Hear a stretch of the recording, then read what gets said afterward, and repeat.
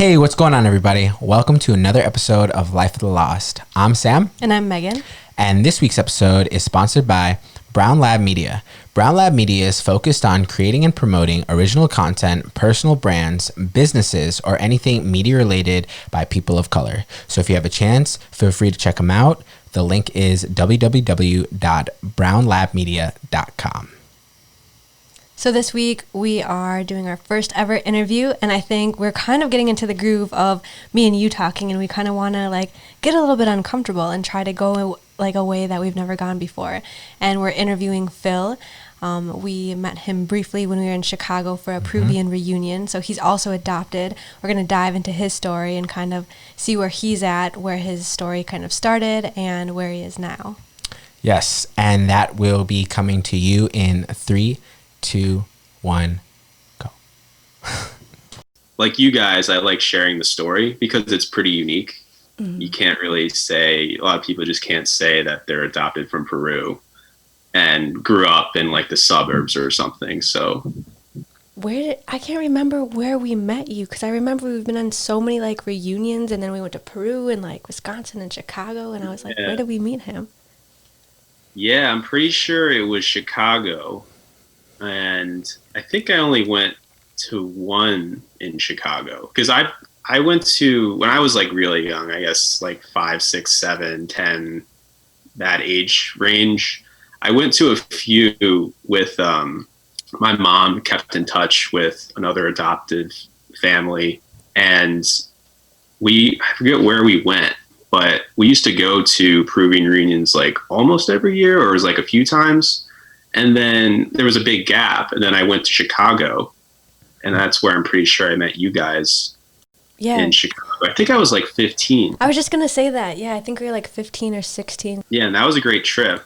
And I just remember, just being a teenager, and in that group of people, I thought it was pretty neat just to hang out with other people like me. And that's why I was so interested in your podcast, because, I don't really get that anymore. At least, since I was 15, I haven't been to a Peruvian reunion or anything. And I do know a few people that are adopted, but, it's all different. So when I started listening to you guys, I thought it was really cool that I could hear you speaking. And it was very similar to just my stories and my situation. So immediately I was roped in with what you guys are talking about. That's pretty awesome. Cool. Yeah, I definitely feel there's a lack of adoption from that kind of the region of the world. There's a lot of Asian adoption and just you're saying in-country adoption. So yeah, definitely something that, should be talked about more. I think they're pretty interesting stories. So we're just going to kind of jump into an intro of where your adoption started. Yeah.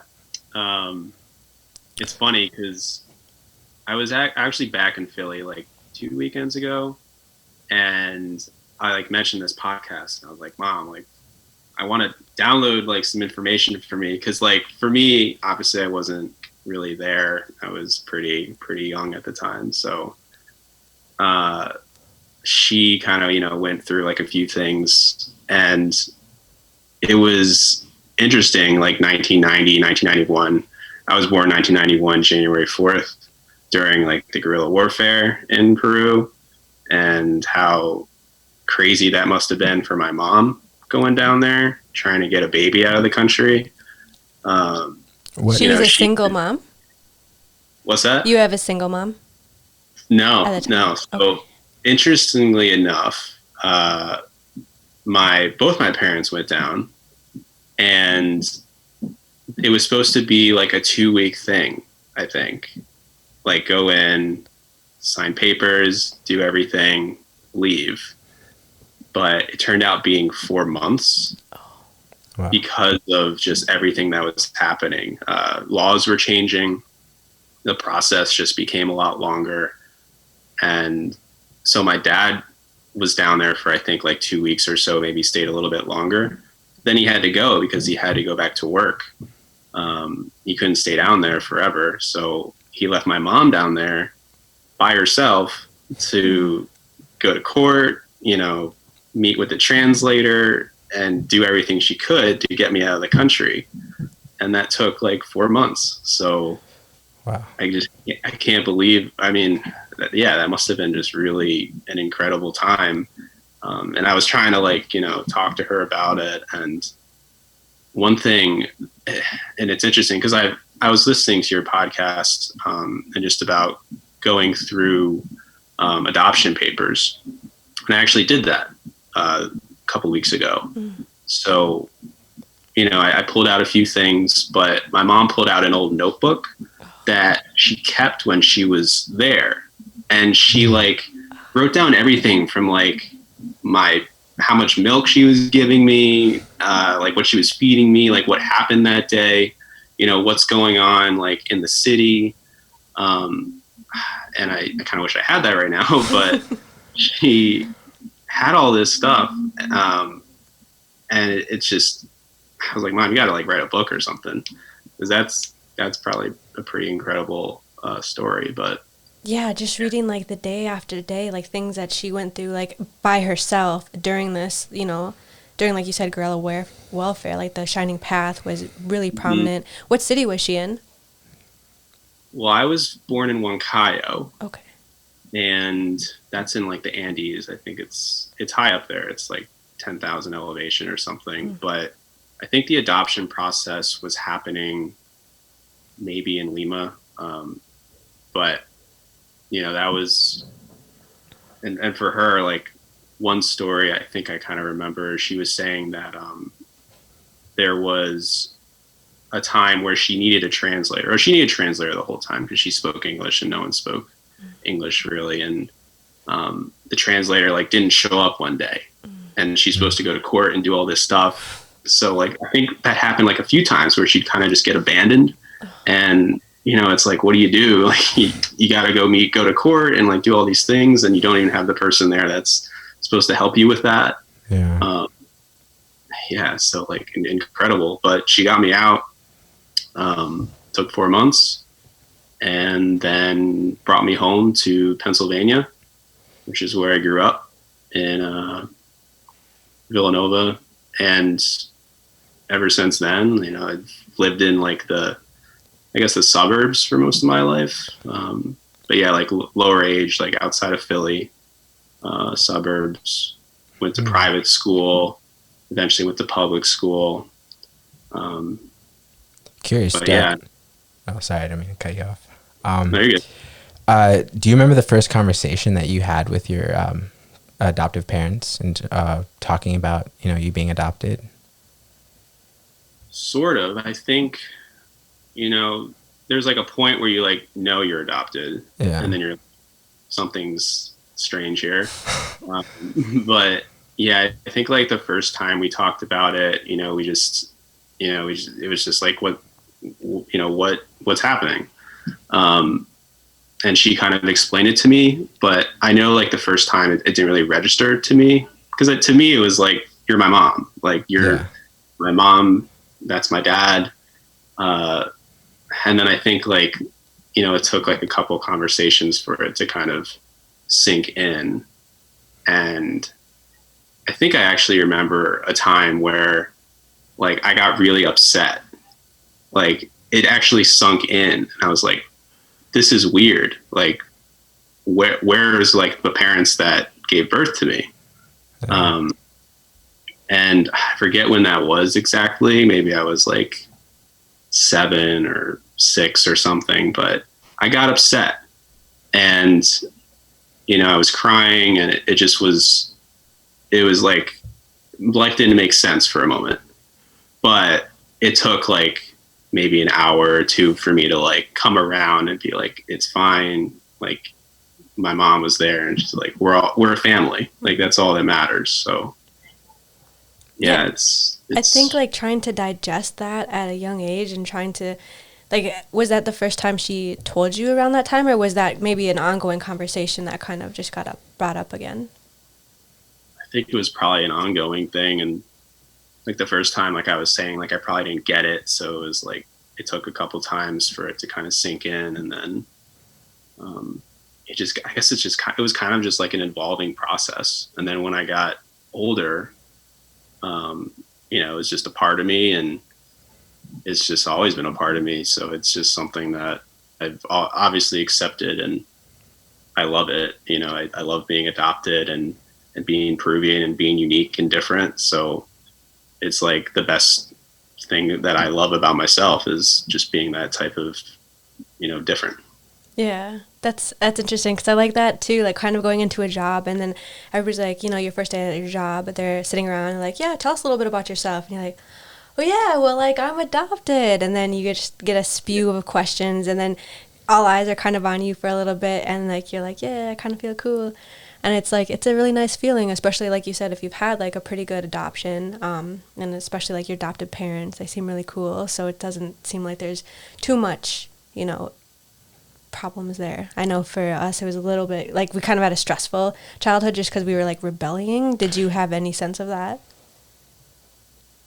Not really. It was, yeah, it was really just like, and maybe it was part of me just like putting it behind myself a little bit and just being like, that's just that, and that's that. Like, I'm not gonna, really question it. And maybe that's a little naive, but, yeah, it wasn't really like, there wasn't really a point where I was like rebellious to that fact that I was adopted. It was just something that was always a part of me. And I was fortunate to like connect with a few friends that, are different. So maybe like you were saying earlier, like it was easier for me to just kind of sink into my own skin or whatever because of the people that were around me and the environment I was in. I've grown up in a pretty accepting environment. Maybe if it wasn't that way, like I'd be a totally different person, or, my experience when I was younger as an adopted Peruvian would be completely different. Yeah, it's interesting that you had. I was curious because when you were talking about that, the one thing that kind of about how like it took some time for it to sink in.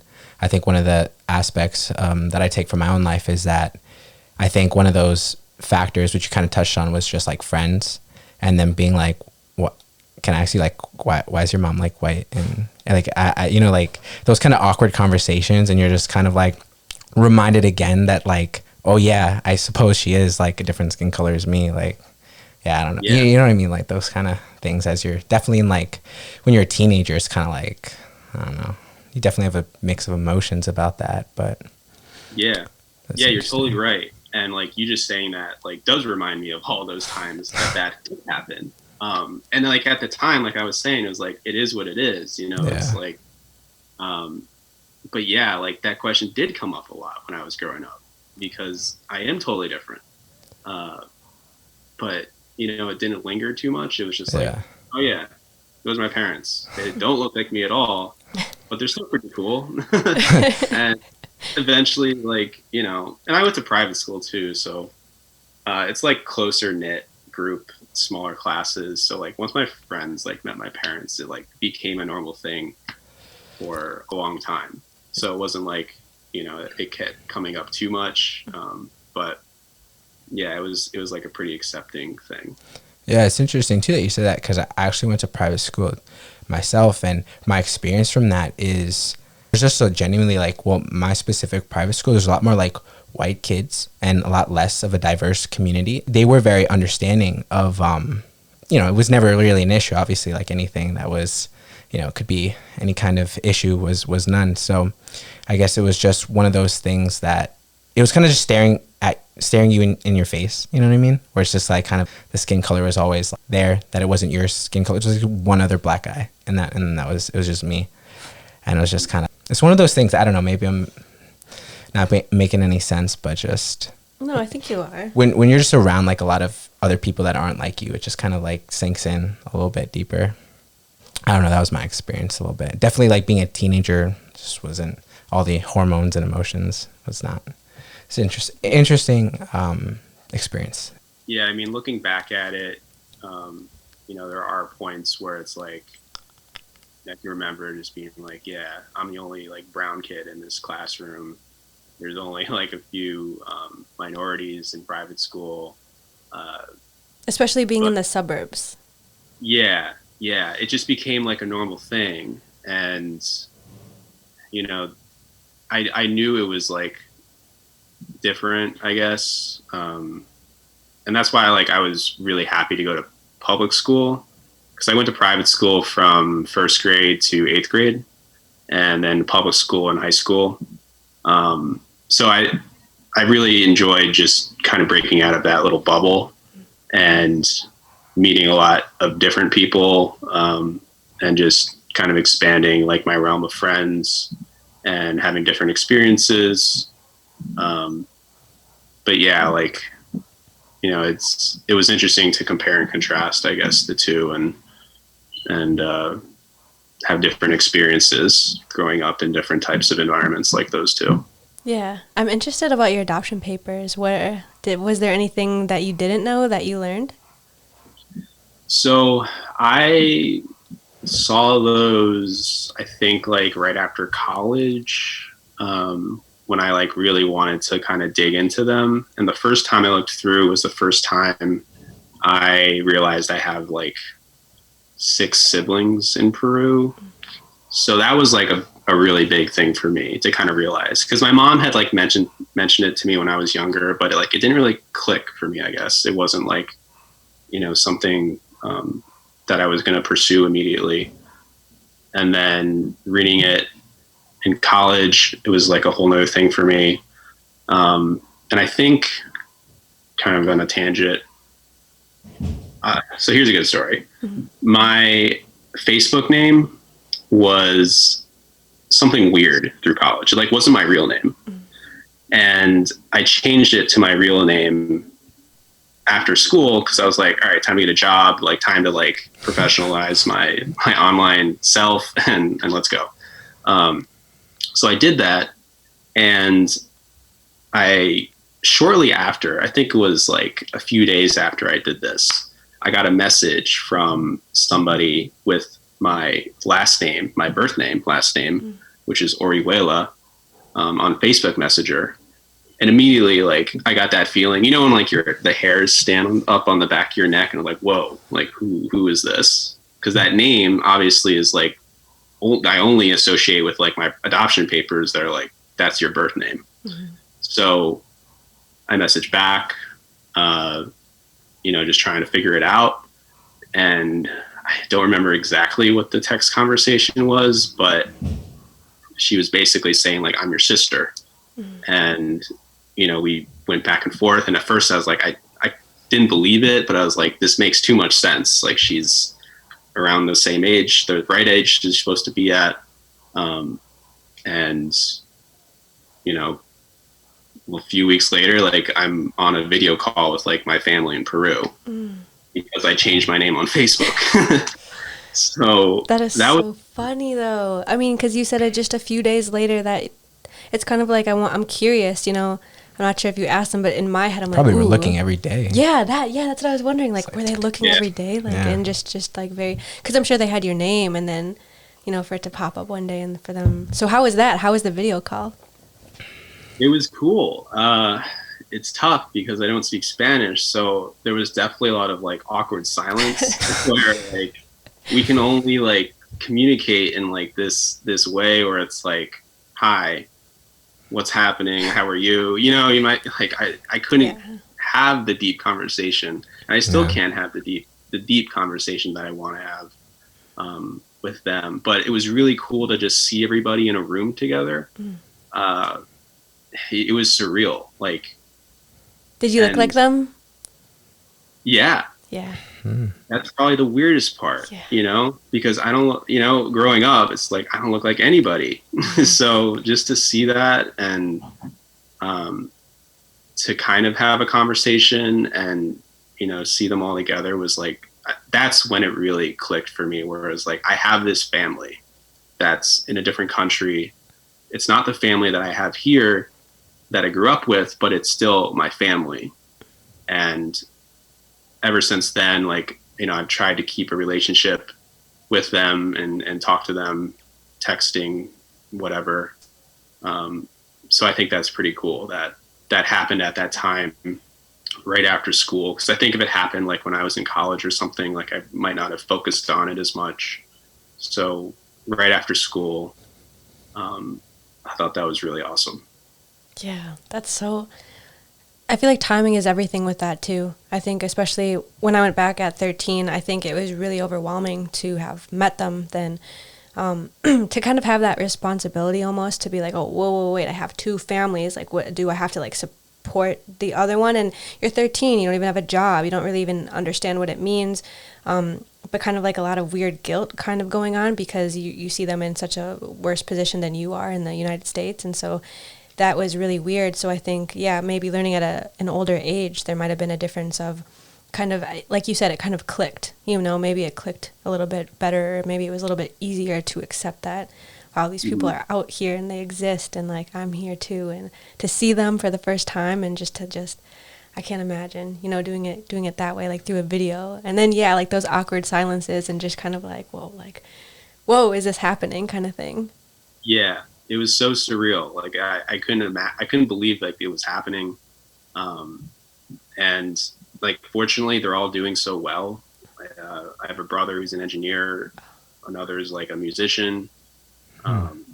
It's not like they're not okay. I'm really happy that they're able to just live and do everything they want to do, hopefully. And I think that was really awesome to hear about, is that they are doing well, because it would have really definitely been harder to learn if they weren't doing well, and to deal with that, and put me in a position. It's like, what do I do there? Yeah. Did you see your mom and dad too? Yeah. Okay. Yeah. And kind of going back to like my adoption story, when my mom was down there was no father, and even on the papers there wasn't really a father. So when she was there, and actually when they brought me out in the room, my mom was there, and there was this guy there, but at the time he was supposedly like my uncle. So that's what, my mom thought, or what she was trying to believe. But I'm pretty sure she like was like, that's gotta be the dad. Yeah. So it was cool to see him, and kind of have that picture, because like the only time I've heard about him is from when my mom got me. So it was really cool to see him and my mom together, and all my siblings. Yeah, it was surreal. Yeah, especially going, I think just kind of learning about adoption papers and thinking like about how a lot of it's a little bit easier to say like the dad's not involved, to get your child to be maybe adopted. And so maybe that's why he was kind of like the uncle at the time. And maybe just the nervousness of maybe what your mom was thinking of, like, okay, well, if they know the dad's around, like maybe will they not let me give him up for adoption, and all of these things. And I always kind of think of like what our moms were thinking of at the time, and like the kind of the sacrifice that they had to make, and like what kind of like things that they told, or things that weren't real, or all of these things. It's just very interesting, but that's so cool that you were able to meet both of them.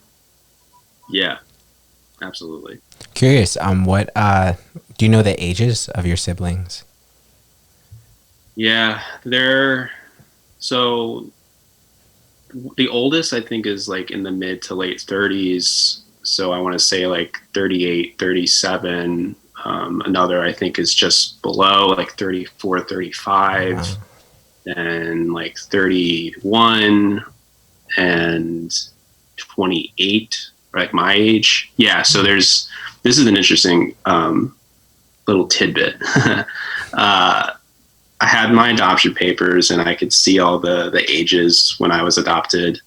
And then when all this Facebook stuff happened, I realized that I have a younger brother. Oh, wow. That's 20 years old, or when I was 21 when this happened. So he was a year younger than me. So I'm 29. He's probably 28 now. And he looks a lot like me, which is weird. But that was interesting, because, you got to think like, what's going on there? Like, you had me, and then you had another child right after me. So that was interesting.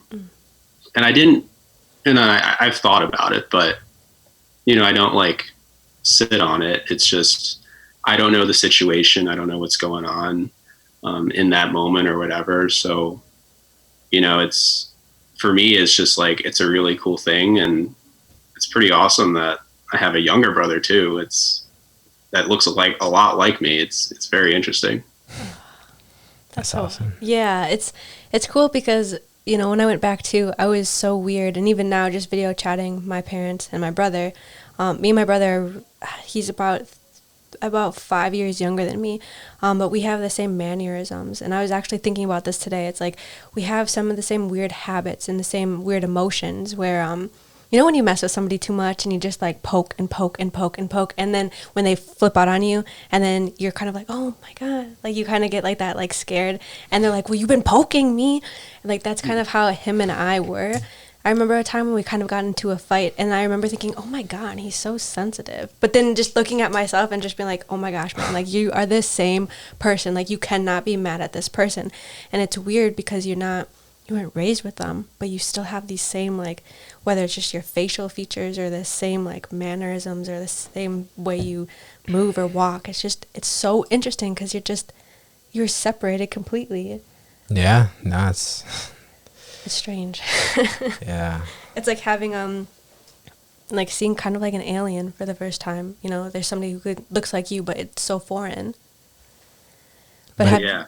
But it's weird though, because you have the same, you share the same blood as these people you never met. And I guess, yeah, that thought just really like, sometimes I do think on it, I guess, because, as you get older, you start thinking about life and you start thinking about, where you come from, and just like, maybe you can't change anything, but like, just like sitting down, and it's just like, it's thinking about like, I don't know, that there's a whole other, side of your life that you kind of don't like know, but it's been there and it's in your blood and you're just carrying it with you. So I don't know. It's like, as you were talking about, seeing your younger brother and him looking so similar to you, it's like, words can't like really describe what that feeling must feel like, but definitely feel that. Yeah. The first time like seeing pictures on Facebook and the video call, it was like, crazy, because like we don't grow up with that. It's like no one looks like me, and then that's it. There's no mannerisms or anything. So to see that for the first time was like really cool. Are you an only child? Yeah, I am an only child. I do have stepsister and two stepbrothers. Okay. But they're way older than me. They're like 30, 20 years difference. So I didn't grow up with them in like the same house. So I was pretty much always like an only child. Okay. Yeah, I think that contrast is interesting too, because you're an only child, and then to think of you have other siblings too, and kind of to feel what that would maybe feel like, to kind of like have to share parents and to kind of understand like the relationship between like other people, right? Like the fights and the weird things you have to go through as you grow up. And do you ever think you're going to go back to meet them in person? Yeah. It's something that like I've always wanted to do. I just need to do it. And I think there's just a part of me that maybe is like resistant, but I just got to do it. And I think maybe I just keep making excuses not to go, but like I've said a few times, like I got to go back. I got to do this. It just hasn't happened yet. And, I talked to one of my sisters here and there in Peru, and, they've like invited me to a wedding or something, things. And I can't go at the time or whatever, but, I know if I go down, like, I'm pretty sure they'll welcome me and it'll be a really great experience. And, I have lots of stuff going on in my life, but something like that, like I should make time for and make it happen. I just gotta do it. Yeah. I feel like it's a bunch of kind of unknowns, because it's like kind of the reason why you might not want to go back too sometimes is you don't know what that's going to bring you. You don't know what kind of emotion it's going to bring, or if it's going to evoke or wake up something, or, untapped potential, or, you never know what you're kind of getting yourself into. It's one of those things too. It's like, what if you go back and you don't want to leave?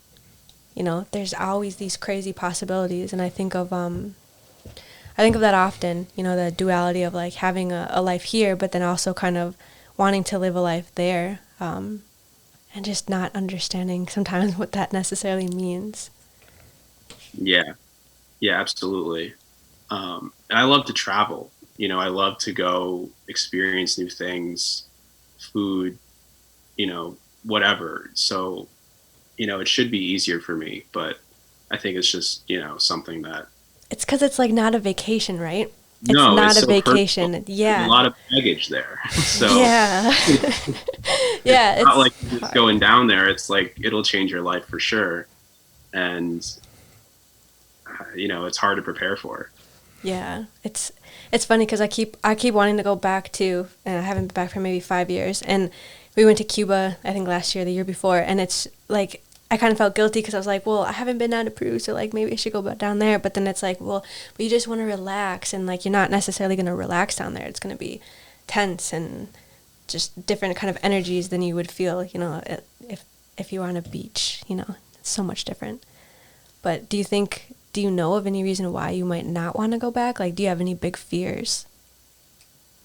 Not really. I mean, I guess one of the excuses I keep making is that like I want to learn Spanish before I go back so I can personally talk to them and not have like a mediator or translator in between us. But that's a silly excuse because I could do that, get a translator and make it happen. And I'm sure it would still be like a very rewarding thing and it'd be great for everybody. What city do they live in right now? They're still in Huancayo. Oh, okay. Pretty sure. So, you know, I guess it's not, I don't think it's, Huancayo, I think is like a pretty big city. I think there's like 50,000 people or so. It's not like a small area or it's not remote. So I think it'd be pretty accessible too. Yeah. And they're all there. They're all in the same area. I think so. Okay. I think so.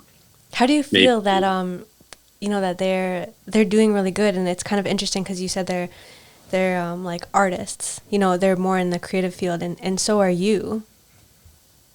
Yeah. I thought that was interesting too. Like I'm pretty sure one's a civil engineer, which is very close to what I do. You know, civil engineers design roads, lots of hardscape things, highways, bridges, which is like something I almost thought I was going to do. And then another is an artist, like a musician.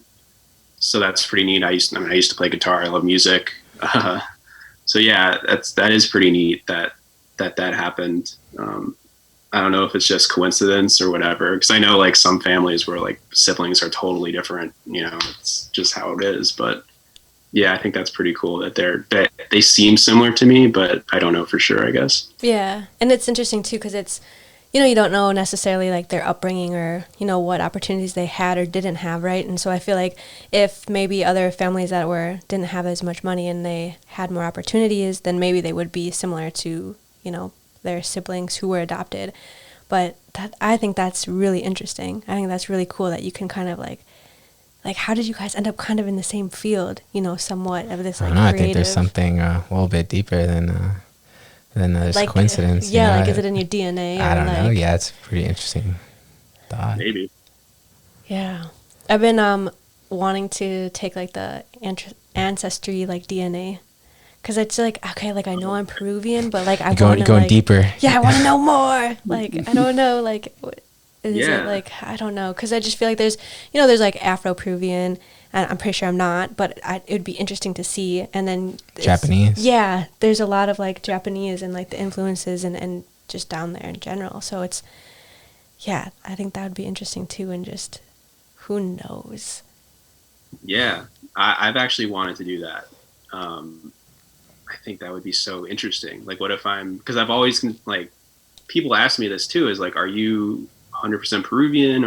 What are you? You know, I'm like, I always think I'm like 100% Peruvian because I don't really know. I don't know, dude. Like, yeah, I don't know if I'm like, what if I have an Argentinian background or Chilean or what? But yeah, I think that'd be really interesting to know.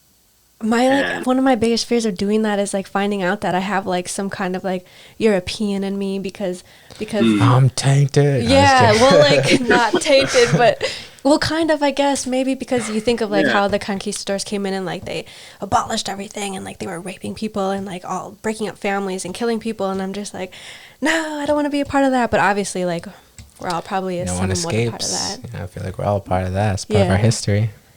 I just this Friday maybe a paycheck comes in, maybe just bite that bullet, get that $100 test, and just do it. And Yeah. 'cause you never know. Yeah, you never know. Yeah, I hope someone gives it to me for like a gift or something, because I think they are pretty expensive. Like there's different levels, I guess, you can get. Yeah, and it's weird because recently I had what is that called? Like a DNA. What was that called? The testing. Oh, I had genetics testing. I had cancer maybe like when I was like 21 or something. I don't remember. But it was just it was interesting because I wanted to get tested. They gave me the opportunity to have my genetics tested, and they're like, "Do you want 6?" I know I'm totally blanking on what it was called. Chromosomes? Yeah, like Something? like yeah. Do you want 6 strands tested? Do you want 12? Do you want 30? Or do you want 60? And 60, I think, was all you can go. And I was like really debating it, and because I was like, okay, do I want to? I really just wanted to find out if I ever have kids, will I be passing down like thyroid cancer to them or any other cancers? Because I think my sister had ovarian cancer, and so I was just kind of like, okay, I just kind of want to know. And I just went for 60, all 60, because I was like, just do or die right now. Like, I won't, just tell me, don't tell me, but tell me. Like, it was so nerve wracking. And yeah, and I don't know, it didn't necessarily like, it showed me that I'm not going to pass thyroid cancer down. It showed me I have like 2 weird, like, I'd have to go back into it because it was super like BRCA2 or something, like a potential for cancer that it's like they said that you'd have to come back every year just to make sure that this cancer isn't found in other people. It's just some weird genetic thing that they found in you, and they don't know if it will develop to anything, but they're like, okay, if people might have the same thing in a few years, you can come back and see if like yours relates to them or if it shows any kind of pattern. I mean, I haven't done that in like 2 years, but Maybe I should try. Now's and the see. time. Yeah. But yeah, I guess it kind of just opens up new doors into like what you really are. Because I mean, being adopted, we don't know any kind of like health history at all. Like we just kind of go in and they're like, yeah, so did your mom or dad have like heart problems or blood pressure? And for me, I kind of like, I know this kind of sounds bad, but I kind of use that to my advantage because recently I went in for my heart because I felt like weird palpitations like when I was running. And so they're like, well, do you have any family history? And I was like, yeah, I think my dad had like heart disease or something. Obviously, like I don't know. But because I was adopted, they're not going to fight with me and just be like, oh, well, show me the papers or let me look up his stuff. But I It's guess like that's none of interesting that. too, because you could always ask him, no?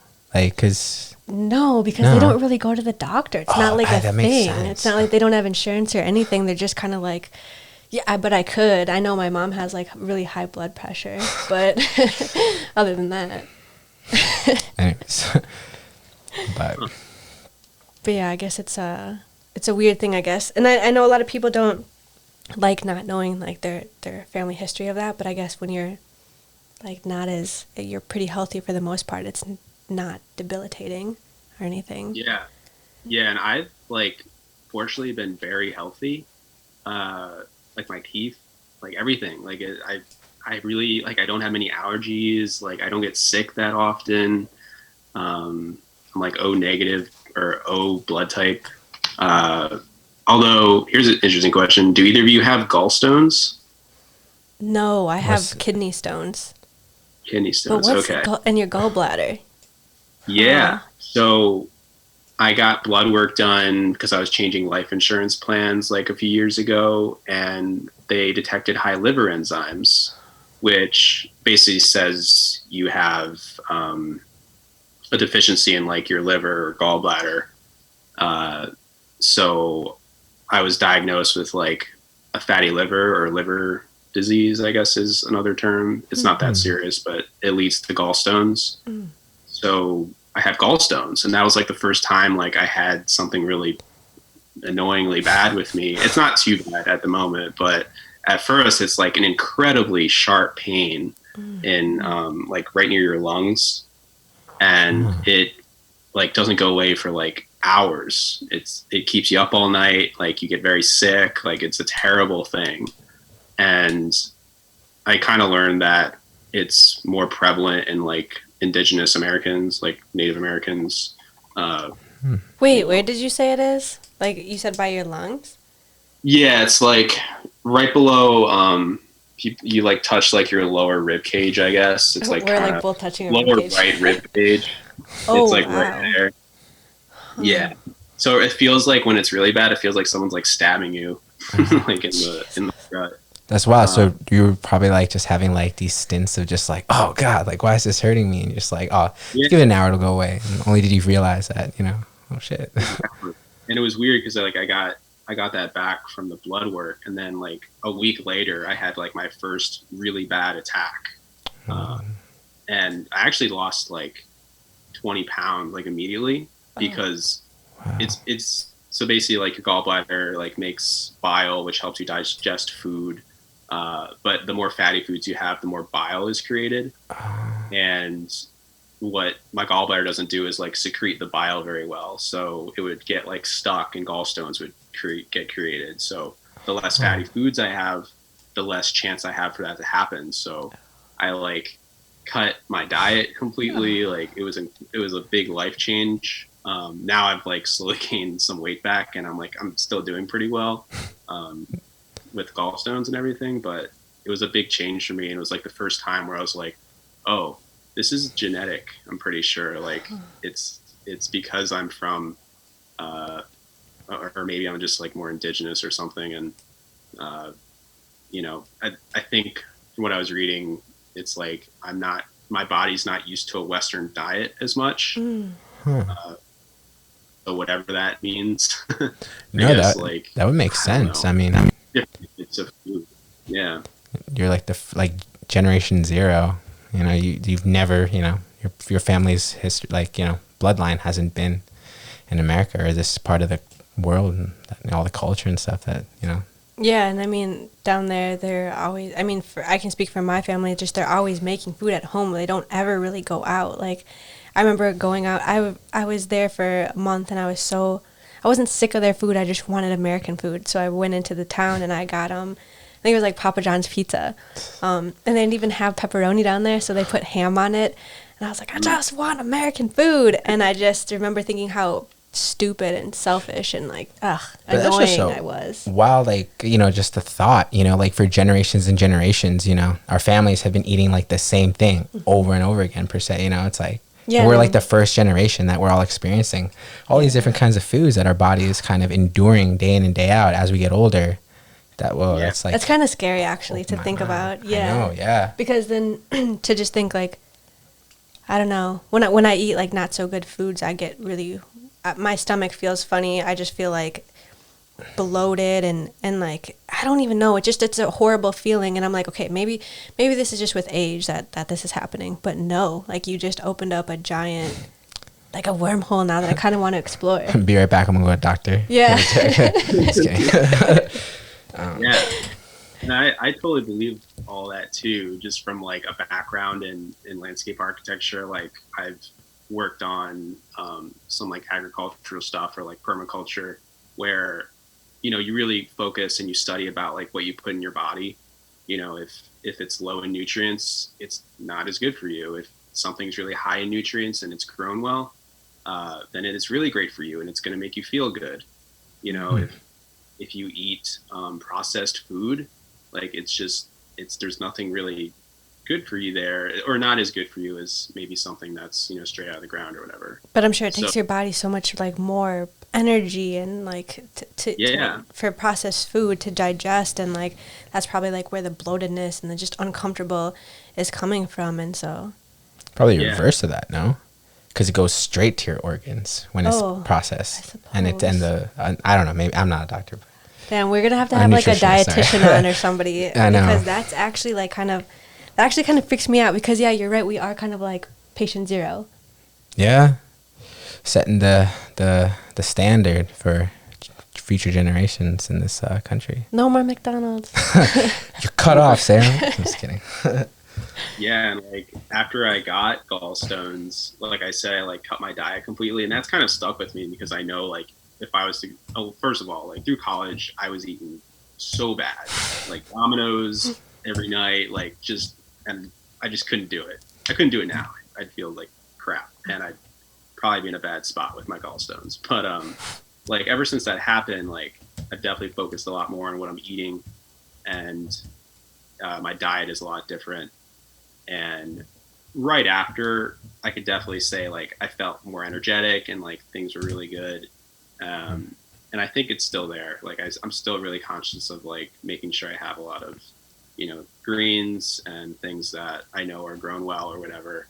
And I do think that really makes a big difference. It's kind of like a blessing in disguise, because it's like, I feel like when you have all of these options to order, at your fingertips, it's kind of like, all right, well, I'm just going to have this tonight, it's kind of annoying, a little bit because it's not ever really necessarily that good for you. But for you, you kind of have to watch what you eat. And like you said, you dropped 20 pounds. Well, kind of just like, wait, sorry, I just lost my thought train. But yeah, it's more of like a push, a push to do better. Like something kind of came in and it's just like, you can't do this. Otherwise, what's going to happen. Like, I guess kind of like drinking. I remember now. Okay. So it's like the gallbladder is like a good thing in a way that you're saying. Because if it wasn't affecting you, you could just go on your life, just binge eating or drinking whatever you want until all of a sudden it just hits you like a brick. Yeah. And then you'll be at a point where it's just like, you can't go back.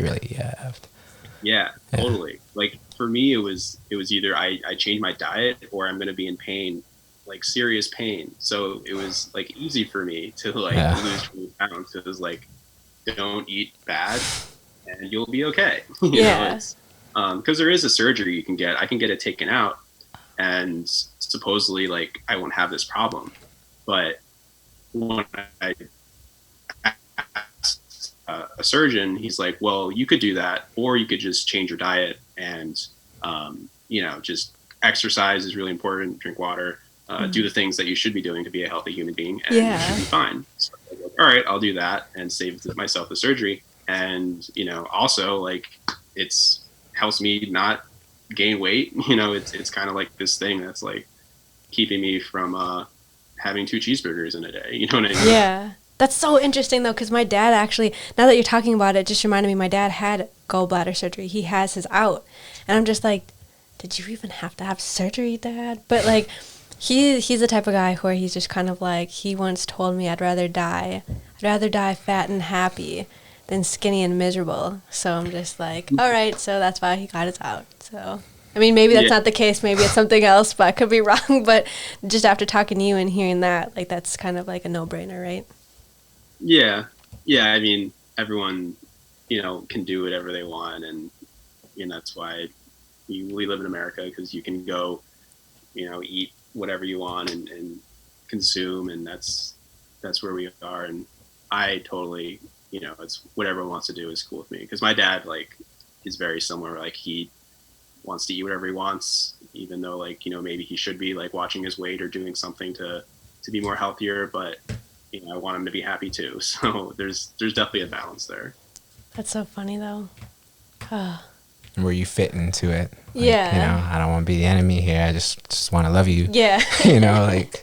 Yeah. Huh.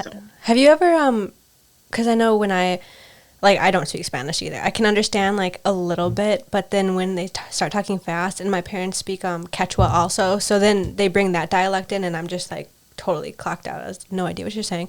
But have you ever tried like Google Translate? Not really. No, I probably should. I should probably look into that. Yeah, because it's like, it's not always the exact same thing. So my sister was having like, she was, okay, so an example was like, I would type in the word dad, and it would come up as like papa for some reason, and then it would make that into potato. Like papa, like Papa's Fritas is like French fries. And so it was just like, wait, we're talking about potatoes or we're talking about your stomach? Like, I'm so lost. And so that was kind of interesting, but just kind of like starting to pick up on like what Google Translate does or doesn't do. But now it's like, it's interesting because I don't know if you have an iPhone, but our iPhone's just updated, and it's like, okay, now there's a translating application on there. And so that's kind of what I used down when I was in Peru, because I lived with them for 2 months, and it was really hard to communicate, but I downloaded that on like a Google Translate, and we were just typing back and forth to each other. And she would speak into it, and then it would translate it, and then I would speak into it. And so it's not necessarily the best, but that's how I know when I was looking at my adoption papers, I was like, I had like 2 screens up. I had my adoption papers, I had Google Translate, and I had 3, I guess, and then I had Facebook, and I was just like going back and forth, like typing all of this stuff, just like panicking, because I'm like, I'm just praying that this translates right, just to ask like all these big questions. Yeah, I try to do that too. Like when I'm texting my sister, I try to like copy, paste somewhere, translate, and then it doesn't come out right, but then I do have to like kind of piece things together, and then a minute or 2 later I can finally respond. It is a slower process, but at least it's something. I'm sure like in the future or maybe soon, like we'll be able to have like some type of thing that's gonna translate in like a second, like Google Glasses or something, like, or like a microchip that they put in your head or something, like. Yeah, exactly, that's coming around. Or even like a little device that you just speak into. Well, they do have those. Really? Yeah, they do have those. When I went to Peru, I was thinking about getting one, but it was pretty expensive at the time. Yeah. Sometimes I don't. Yeah, I'm like, do I even want to know these questions? Because I always have questions too, like deeper questions. But then I just kind of just revert to how was your day kind of thing. Yeah, I was gonna ask you. Is there any do you have, if there's anything you could ask any one of your family members, maybe your mom, your dad, or your siblings, like what question kind of just pops into your mind, kind of on a deeper level in a little bit, but like just curious to know. I mean, I've thought about it, and when I go down, I want to like go through their entire life story, which is a lot. But obviously, like the big question is like, why did you put me up for adoption? Why happened in the moment where that was something that had to be done? So that would probably be like the big question. And then everything else, like you want to know, is like, what was your childhood like? What are you doing now? Like they have kids. So then it's like, what's that like? So many things. But yeah, like the big question for sure would be like, I want to know like what was happening at the time where putting me up for adoption was like a necessity. Yeah, that's definitely interesting how you were talking about your mom being there with like an uncle, and that could, I think, turn out to be your father. It's just, I don't know, it's pretty just interesting story. I can't even wrap my mind around it. Yeah, because what if she has like some kind of like giant story? It's interesting because you don't know. The papers don't necessarily say anything. Sometimes they make sense, sometimes they don't, especially they're translated interestingly, and you just kind of, those things kind of linger on, and you don't know. And like, what feeling would that provoke? It's like, these are so like uncharted territories and uncharted waters that you're walking through, especially seeing them, and like, it's interesting, I'm sure, like seeing them face to face on camera, might be different than like being able to touch them and hold them and be like, oh my God, like you're my dad, like you're my mom and you're my sibling. It's just kind of something completely. I feel like when I went down, it was it's nothing you can like prepare yourself for. I feel like everybody probably has different reactions like you. Do you remember meeting your sister for the first time and like what you felt? Yeah, actually, I was going to say something too, because like my sister actually is very similar in age as you were saying that your younger brother is, and ironically, my sister also looks very, very similar to me, and yet my older brothers, they don't really look similar to me. So when you were talking about that, I was kind of like, whoa. Like, yeah, I have that question too. Like, what's up? Like, kind of like, what's up with that? But on top of that, yeah, definitely like the love factor. You know what I mean? Like, I don't know, when they all like embraced me, even if it was such a long way back, I definitely still felt that love. It's weird. It's like I have so much love for my mom, but that love that you just felt it. I don't know how to describe it. Yeah. It was like the way they held you and just I don't know. It was just this kind of like just being coddled again. It's like a weird feeling. But yeah, definitely weird. That's interesting. Yeah.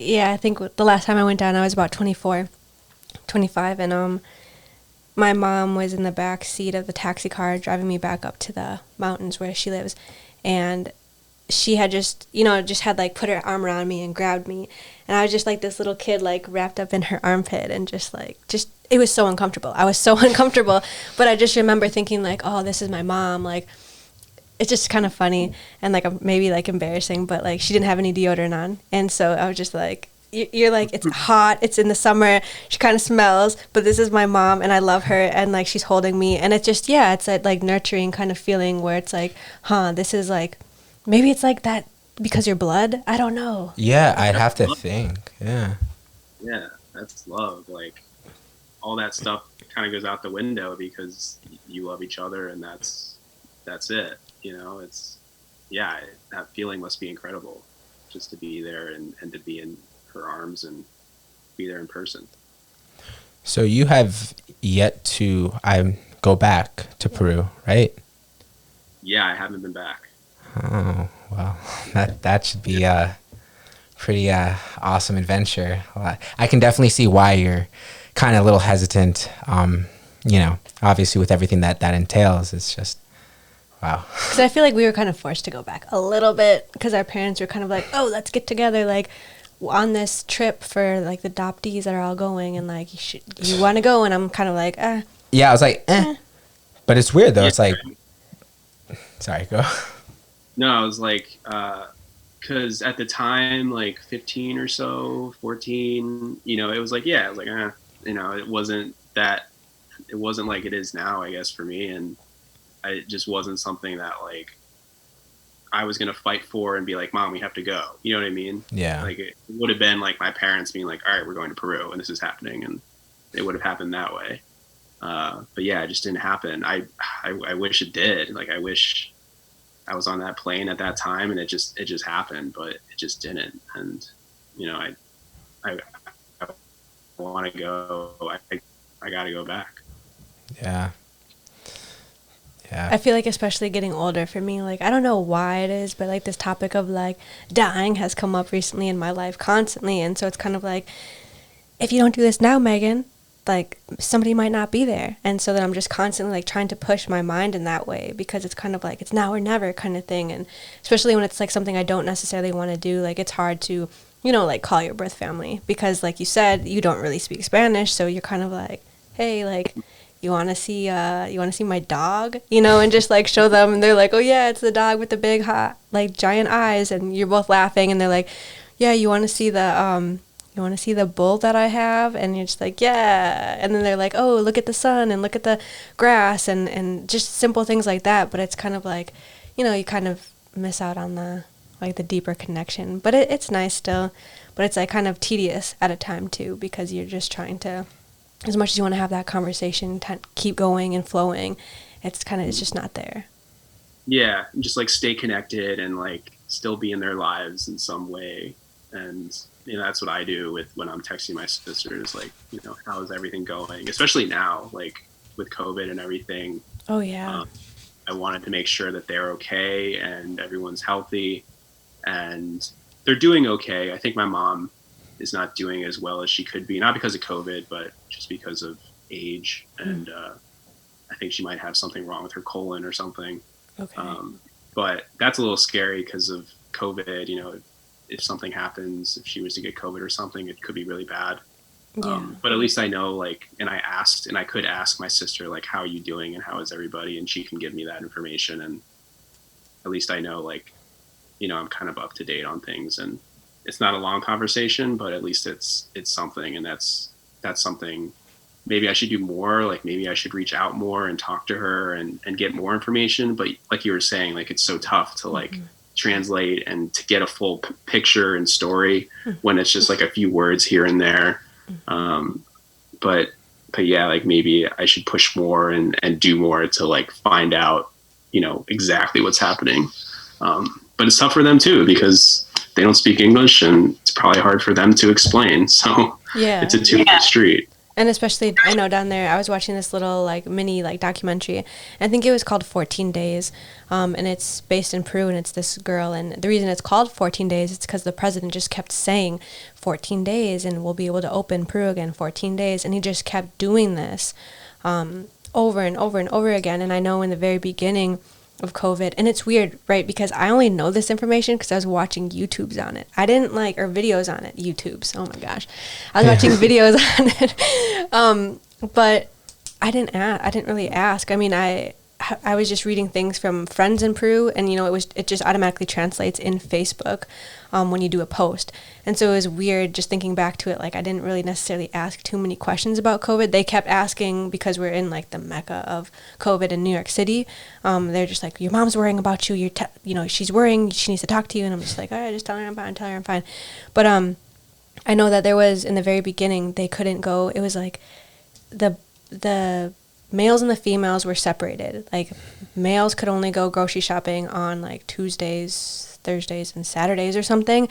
And then at first it was also like your DNI, which is kind of like your driver's license. If you had like an odd number, you could only go grocery shopping on this day. And so they had a lot of weird like regulations in Peru, and the lines were just deep. Like they were standing in line for hours and hours just to get to a grocery store. And by the time they got there, like there's really nothing left. And I feel like in here it was so much more convenient. I mean, it's never convenient to have COVID, but there I feel like they went through they went through the ringer down there, and they still are. I'm pretty sure it's still closed off. Yeah, your guess is as good as mine. I'm not sure. Yeah, I remember it being pretty bad down there, and I'm not sure how it is now exactly, but it's probably tougher than it is here, especially in some places in the U.S. where it hasn't hit as hard. Yeah. I was curious, like, I don't even know who the president of Peru is right now. Do you know who that is? No, I don't. I feel so weird not knowing that. Yeah. Things that I don't think about, but maybe I should think about at some point. Because it makes me feel like less of a Peruvian, right? Because it's like we're so proud about being adopted and being Peruvian, and then we're like talking about all these things that already previously happened to us in our lives, but like, do we even know, like, I don't know, maybe it's just like a me thing. Like, I'm like, okay, am I even like really Peruvian for not even knowing these certain things that are going on down there, like politics in general? Like, I remember I went voting with my sister down there, and literally she just went to it was a school, and they had their ballot box was a paper, like, I think it was either a paper bag or it was like a box. No, it was just a box, and they just cut a slit in it and you just put it in, and that's it, and you just call it a day. Like, it was so weird. But, that's crazy. No, sorry. But yeah, I was just thinking like about how, just corruption and all those things. I was going to say that's probably why there's a lot of corruption down there. Yeah. Just based on that one example you just. Yeah, because it's like nobody has to be responsible for that at all. Just throw them away and just like it never happened. Yeah. But. Yeah. And I definitely think of myself as like American first. But yeah, like, Peru is such a big part of me, and it's funny because like I really like the Peruvian soccer team. I follow that probably more than like current events in Peru. Oh, what's that guy who got in trouble because of the coca leaf? What's it? The tea. Guerrero. Yeah. Paulo Guerrero. Yeah. See, like I know that. Oh my gosh. And they just like made the World Cup. Oh really? For this upcoming one? They made the last World Cup. Oh, okay. It was like the first time in 30 years. But then that really happened though, right? Because then that like they made it there, and then he got in trouble, and then he couldn't play. Yeah, I guess he didn't play the first game. He might have played like subsequent games, but like it was cool to watch the fans in Peru just like go crazy for this team because he hadn't been there in 30 years, and everyone's crying when they make it, and I felt like that's really cool. Like, I'm Peruvian, they're Peruvian, we can enjoy that together. Yeah. let me pull out the old jersey in the closet real quick. It's like that's something I do understand. Yeah, like sports. But that was really cool. But yeah, like I don't follow too much with like Peru news or things like that. I mean, now is so crazy too because it's like we have so much going on here. It's like I'm struggling to just stay up to date on like current events here and what's happening. It's all so crazy. Yeah, definitely. I know I definitely struggle with that duality of just being so Peruvian but just at certain aspects, like I want to be more involved, but other aspects, it's not that I don't want to be more involved. I just trying to deal with my life here. If that makes any sense? It's Yeah. like, where do you find the time? Like you said, it's hard to even keep up with everything going on around us right now. And then just growing up in general. And like, I don't know, I always feel like I'm still a kid. Like I always feel like I'm 16, just chilling.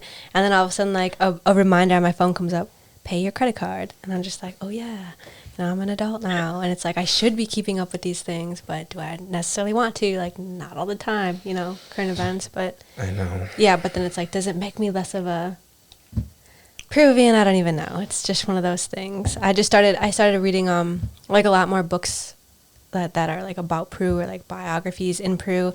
So I'm like, I'm trying to do my part. But Yeah. It's like you can only do what you can do, and I'm still Peruvian at the end of the day, and I was still born there, and I think that's like the most important thing for me is like that's what I can hang on to, and still an American, but still born in Peru. yeah, I like that. Did you see your passport when you were looking in your papers? Yeah. Like your little baby passport? Your passport, yeah. So That was cute. cool. Yeah. It was weird Yeah. for me to see that. I was kind of like, huh. Like, it actually made it a little bit more real, because then you see the stamp. It's like Cusco, then to Lima, and then to America. And I'm just like, huh, like I really did travel. Because, you don't remember. Yeah. And all the paperwork, like everything, I think the really cool thing was just to like kind of read through and look at like everything my parents had to do before they left, like everything they had to sign and make sure they were good people and get testimonials and like, all that stuff just to like go and get somebody and get me, it's like, that was crazy to look at and read through because there's so much, effort, legality behind it all. And, just to like go through all that, read through all that, there's a lot in there. And like, then you'll like come across like my, like when they checked me for like health in Peru, like as I was a baby, like this is like my mom told me is like a lady came out, to like do a checkup on me. Like he's healthy. So she came out and like looked at me and it was like, okay, he's good. that was my health exam from Peru. So, and then like there's a little piece of paper. It's like, check, he's healthy. Like, okay, sounds good. That is so funny.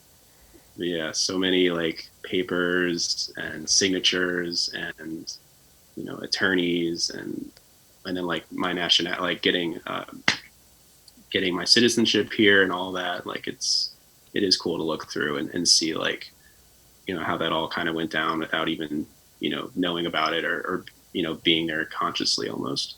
Yeah, and to think, like you said, kind of how much paperwork had to be done and how much prepping before they could even go down there, all for this little baby that they don't know, all to bring back home. And it's kind of like, it's interesting when I think about that because it's a gamble, right? They have no idea what they're getting themselves into health-wise, especially if that was your health visit, Okay, he's good. Like flip him over, 10 fingers, 10 toes, okay, we're good.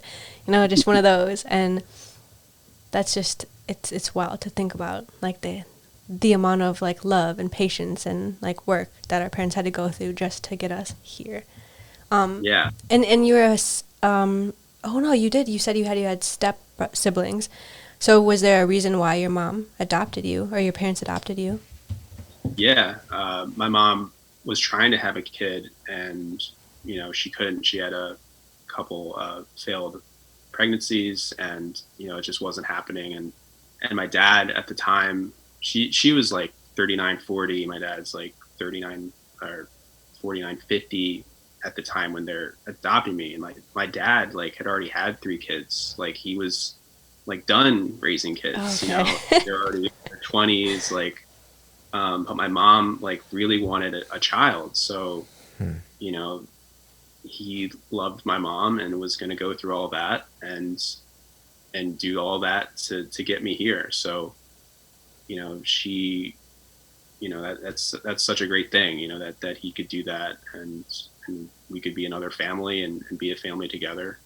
And, it's such a great thing that all that kind of like came together. You know, what if my mom had a baby? You know what I mean? Like, I think about that a lot. Like, what if there's so many what ifs? Like, what if that happened? What if this happened? Like the train course that happened for me to get into this point of my life, or just to be here in general, is just such a crazy thing to think about. At least for me, it's just like so many things had to happen for this to happen. It's crazy to just wrap my head around sometimes. Get so much anxiety like with that thought. You know, I mentioned it to you all the time sometimes when I'm just like, yo, I'm so like to the point where you're just envisioning yourself like waking up like, and you're, oh my God, like whew, still here. Like, you know, that thought process. That hasn't happened, but like, you know, just to think, like you said, of all these kind of like decisions and choices and things that were left out of everyone's control. And it just all boiled down to this one moment when your mom and your dad came down and got you and took you out. And it's just, wow. Like, you know, it's one of those things, like you say, you just can't, you know, wrap your mind around that. It's, I don't know. One little movement to the left or the right and things couldn't have gone a certain way. And it's kind of like, out of all the millions of people, you just have to kind of sit back and think. I've never had that experience though, where I'm like, okay, is this real or not? Well, yeah, I mean, it's not like, you know, I haven't woken up being like, oh my God, like, but like the thing, like, has like the thought is so serious and it's so like emotion provoking, kind of just like I like, because it's like I love my life here, like I love everything I have here. I just, you know, my upbringing, my childhood, I don't want anything to take that from me. And I guess even the thought of like how crazy the narrow chance of that not happening just made me just that much more thankful, but a little kind of just, you know, like relax, you know, like it's all good, you're here. But every once in a while, like definitely get into that train of thought where I'm just like, wow, like really happy that I'm here now. But yeah, I even think it's like kind of contributed to just like approach life for sure. Like I'm a very open person. Like I'm a very accepting individual. Like I see two sides to every story, like glass half full.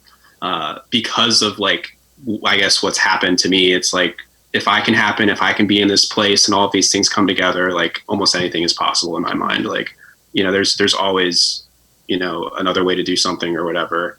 And I'm kind of like a go with the flow type of guy. Like I used to have like a nickname, like Chill Phil, like I'm so chill, like, but it's kind of like maybe in the back of my mind, it's like, everything like happens for a reason, or like, you know, that's going to be fine because like things just happen and they happen. And, you know, we're on this like, you know, pace through life where different things link together and then certain things happen. And I can definitely like relate that to like my story, and just things happened and things came together. And then here I am, you know, sitting in Connecticut. And I guess I kind of live my life that way, where anything can kind of happen at any moment. You know, enjoy what you have and do what you can in every moment, because you don't know what's going to happen. And you can also like, you know, change directions here and there, and that's okay too. Yeah. I feel like that's kind of how you live your life too. And I think that's super powerful to be able to kind of be like that quote, like, you know, be one with water, you know, be fluid like water. I'm totally screwing it up, but yes. Because I mean, that's important, and to think of like you said, there's two sides to everything, you know, especially, I didn't want to get political, but like politically too, you know, and that's kind of like reminds me of you, and like you're kind of like always for the underdog, or the, you know, for what people might not necessarily want, but you're looking at both sides and saying it could be this way because of this, or just looking at it differently.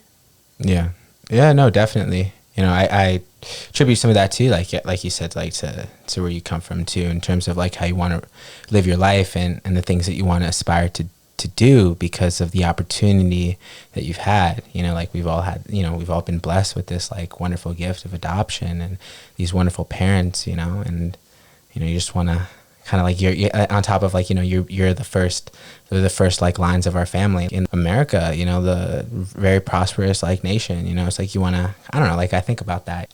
Maybe my family back in Peru might not have had those kind of, you know, possibilities. And so I'm going to, you know, just try and find my happiness, but also try and like, you know, I don't know, a little bit of carrying that with me, you know, where, you know, when you have goals and you want to accomplish them, and you have that in the back of your mind, being like, you know, It's a good pressure. yeah, definitely. Yeah, for sure. Like opportunity and just like cherishing that. And I think like recently now, I don't know if it's just me becoming like almost 30, I like look back at like growing up and like my teenage years, college and everything. And I just become so appreciative of all of that now for some reason. And like, I do see my parents more often now than I did when I was like in college, because I was doing other stuff. But I can talk to them about it and be like, hey, like I'm really appreciative of, you know, the schooling you gave me and where I grew up and what you did, the effort you put in to like make sure I had friends that were around me that were good people or whatever. You know, I become so appreciative of all of that, because it is just like this great opportunity. And I'm just so happy that it all kind of, it panned out the way that it panned out, I guess. But yeah, like definitely recently I've like gone to my parents and just talked to them about things that I've like, wow, like I can't believe I went to that private school. You know, I can't believe that you helped me out with getting on, you know, soccer teams or sports or whatever. It's like, I don't know why I'm just becoming so appreciative of that stuff, more appreciative of that stuff now, or at least maybe I'm expressing it in a better way now to my parents. Because, you know, when you're that age, you just go through it and then that's that, you know, but now it's like, I can just reflect and really just see like, this is great. You know, I'm really happy with how, childhood is gone and now I'm going to be 30 and I don't know, I guess crossing over into the 30s there's something to be said about that, I guess, or maybe it's just a social thing we're all making up in our head. Yeah. I think was it you get the other day who said like 30 is the new 20 or something, and or maybe it was a show or something, and they were just kind of like 40 is the new 30, and just kind of going like that. But no, I think I agree with you. I've been texting my dad a lot more lately. I think when I was in college and stuff, it was more like I would talk to my mom like every single day. But now I'm starting to reach out to my dad a lot more and just be so much more appreciative, because we really butted heads as teenagers. I just really butted my head with him a lot. I think we're just both very like emotional and both very stubborn, and both really kind of like want to win. Like, so it's always like a kind of not a competition, but kind of a competition, you know, especially like that. But now, you know, as you grow up and you're just kind of like, damn, Dad, like I'll be doing something and it's something he taught me, and I'll just reach out to him and be like, thank you, thank you for like taking the time to teach me how to do A, B, or C. And just, yeah, feeling that kind of like gratefulness and like openness and willing to talk about those kind of things. Because like you've said, you know, when you're in high school or college, you might have just taken those things for granted, and you're just kind of like, well, I'm in school because I have to be here, and your mind's all over the place, and like school and like friends and everything, and like family's kind of in the back of your head. But now you're getting older, and you're kind of, like you said, kind of like crossing over into whatever 30 is, you know, because we're almost there too. And it's kind of like, all right, you have to look back. And I think for me too, it's kind of with people dying, and just making sure that I let people know like how grateful I am, how much I love them. Just try to say like I love you every single time I see you. It's I think that's important more now than it's ever been. Oh yeah, for sure. Yeah, and my parents are definitely older, so like I have to think about, you know, the future and, you know, what's going to happen in 10 years or 20 or whatever. But, you know, I yeah, like you were saying, like I want to make sure that every moment is cherished when I'm with them, and we can talk about things openly and just reflect and you know, express everything and have it all out there, and know that I love them, they love me, and we can, you know, talk about that and talk about other things. And I've also been just kind of like, I guess I wasn't as, I guess I didn't express myself that well when I was younger. I think I'm getting better at that. I think I was like more passive, or like just more like quiet when I was younger. So even though like in my head I'm like, oh, I want to say that, I didn't say it sometimes. So I think I'm getting better at that, just getting older and being able to just say things, and you know, don't forget to say like I love you here and there, because that really makes a difference to people and to yourself, and in the moment, just things like that. So just for me personally, like I wasn't like that outgoing. I was outgoing, but I wasn't like a loud kid, I guess you could say. But now I think I'm changing a little bit, or just getting older, so I can reflect and be more open about stuff. Yeah. Yeah, it's interesting. Like as like this time, like we're reflecting. I feel like it's a theme in all of our lives, and like you said, it all relates. You're connecting the dots. You want to know more about where you came from, and also with that being said, being so grateful for your mom, and like for me, my mom, and like even the things that going down connecting the dots again, and just going down when you're a teenager, and the things that you might even have thought that really was annoying. Like my mom had these manners that just really annoying, and I see it so tight at her for it. But now that I'm starting to get older, I'm just like, wow, that's you, and that's what makes you super like amazing. You know what I mean? Like, because you're able to, like, she has a great friend group, and that's something that I'm super proud of. Because as you get older, definitely friends and people going in different courses in their life, next thing you know, you guys are just like not really talking anymore, and that's just kind of sometimes the reality of life. And it's just nice, like you said, just those little things, like remembering wanting to spend time with your parents, and just being around your family. Is just because you never know, right? Like everyone's getting older, and pretty soon it's kind of like you're gonna be the family? Yeah, but history book of like your family knowledge of, and it's kind of like, here, younger generation, this is kind of like how we did things, and like I might not be them, but I'm gonna try my best to kind of keep those traditions intact. And so that's definitely something that I'm thinking about. I'm sure you're thinking about. It's like, because really only people, I guess, who can like carry it on, right? Like now we have this opportunity, like we're Peruvian and we're American, and like what traditions are we going to uphold when our parents are gone? I think about that often. Your mom's Jewish and celebrates all the Jewish holidays, and like my family is like Christian, and like they don't like go to church all the time. They're not very religious, but like they celebrate still things like Easter and Christmas and things like that. And it's weird, because as you get older and you want to start a family, or not, but you still have these traditions that you get to kind of uphold or not. And you get to really kind of be the head of the household now, the head of the family, and you get to change directions, especially being adopted. It's kind of like, like I get to, like you said, you get to kind of change kind of your destiny, or what your family becomes. Yeah. It's kind of like a big responsibility. Yeah. Like I've wanted to like record my dad, because I'm Jewish too. Oh, wow. I've wanted to record my dad doing the blessings, because he does it in a certain way, and I'd like to do it in the same way and not forget. That's a good. So if I record him, then I could do it the same way, or at least attempt to. Yeah. And have that forever, and then keep that going. Because I was pretty Jewish growing up. Like I went to synagogue almost every Friday. I'm a bar mitzvah. I even did confirmation, and like I studied up until like I went to school, basically. Wow. And I'm a Reformed Jew. I'm not like conservative or anything, but it was a big part of my life. So naturally, like as an only child with my parents, like we'd have Shabbat dinner and we'd do all these things, these traditions. They kind of just faded away after I went to school, and now they're like almost gone because I'm not with them.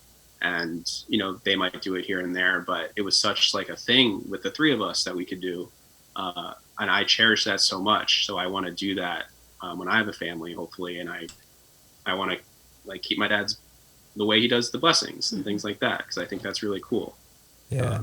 Get that tune right and have that. So I gotta like remind him to record it sometimes, or I just gotta like put my phone down one night when he's doing it, so I have it. Yeah, that's what I started doing recently. When with my grandma, right before she died, I started like kind of recording her. And then when your mom talks a lot about family, I just kind of we were going through your adopted papers. Don't mind me. Yeah, I'm just kind of like because it's awkward, when you're being recorded and you're just kind of like your mannerisms might change up. But yeah, to just kind of like, I was just kind of flipping my phone, like when you were talking, I was just kind of like mic check. Yeah, like start again, repeat that. Yeah, right. But yeah, I think that's so important. But No, definitely with like Judaism. The one thing we were talking about that yesterday a little bit, but I guess one thing that, because you were talking about like the diversity and like all these different kind of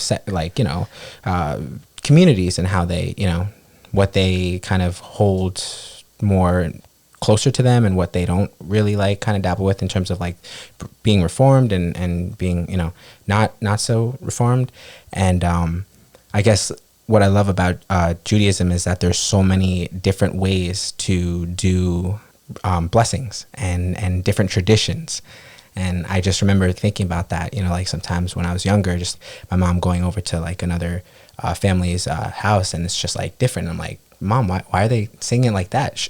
We sing it like this. And it's like, well, that's just how they do it. But it's like that thing that when you grow up, you start to realize, wow, like, this is how we do it. I like that. Yeah. So I like that too. It's so unique. Yeah, like my dad does it a certain way, and other people do it a certain way, and like you said, I think that is really cool about Judaism, that there are little like different changes here and there that stick with you, hopefully, and then you can keep it or leave it, and I think that is really neat. I really cherish being Jewish. I think that's really unique too. Like, I'm a Jew from Peru. I don't know if you ever get that, but I've gotten that plenty, and it's so unique. Like, my last name's Schweiger, which is like very German. Like, I just have such like a strange, unique background. But yeah, Judaism is still a big part of my life that I really cherish, especially like when I was younger. yeah. Did you do the birthright? No, I wish I did. I wish I did. Yeah, no, I did it. The only reason why I did it was because one of my friends was doing it. I'm just like, all right. you want to explain what it is I'll for do people it. who don't know? Oh yeah. Yeah. Okay. Yeah. True. Birthright is I don't know. Maybe you can explain it better. I don't know. Birthright is a kind of a ability, I guess, that all Jews have to go back to their homeland and experience Judaism and get a very round picture, I guess, from my experience, a whole different kind of views of specific, Jews and whether you're like a religious Jew or you were just born in the Jewish state and how your feelings about that, because it's very like, can be a little bit, it's conflicting. It's a topic of discussions. So in terms of like, the Jewish history and of the country itself, but yeah. Yeah. So I really wish I did that. Like it's funny because you can still go back. Yeah, like, because basically, I think this is how it's done mostly. Like, doesn't your synagogue like fund the trip for you? I don't know. There's an option there. It might be, but they also have There's different like programs you can do. Yeah. So, like, I could have gone like after college. Like, I could have gone when I had time. Like, I didn't have to go because there's a certain age when I think some people go.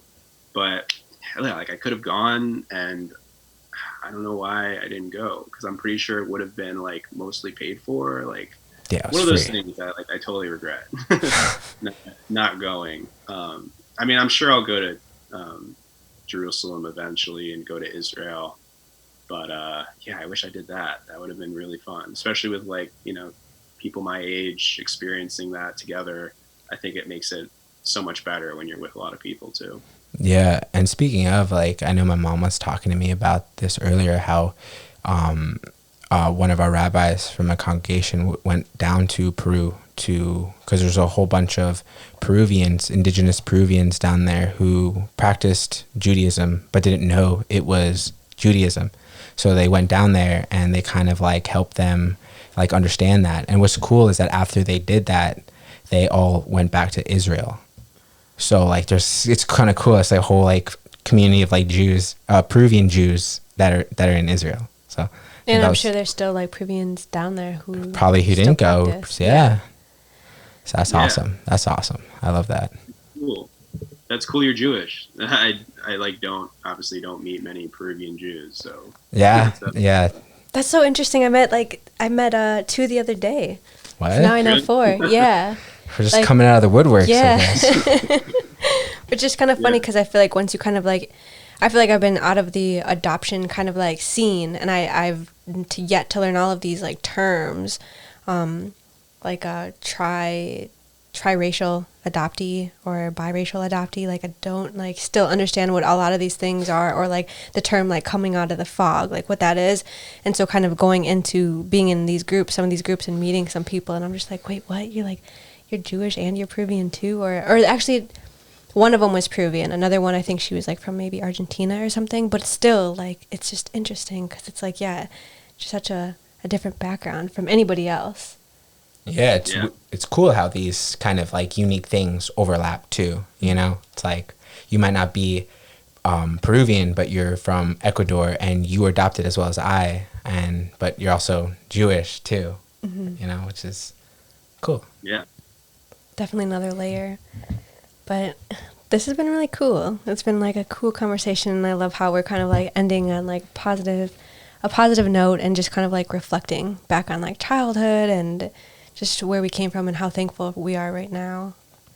Yeah, and definitely really appreciative of you sharing your story. It was definitely like nice to hear all these things about you, you know, because I feel like I only met you briefly, and it's nice to, you know, catch up with you and see where you are now.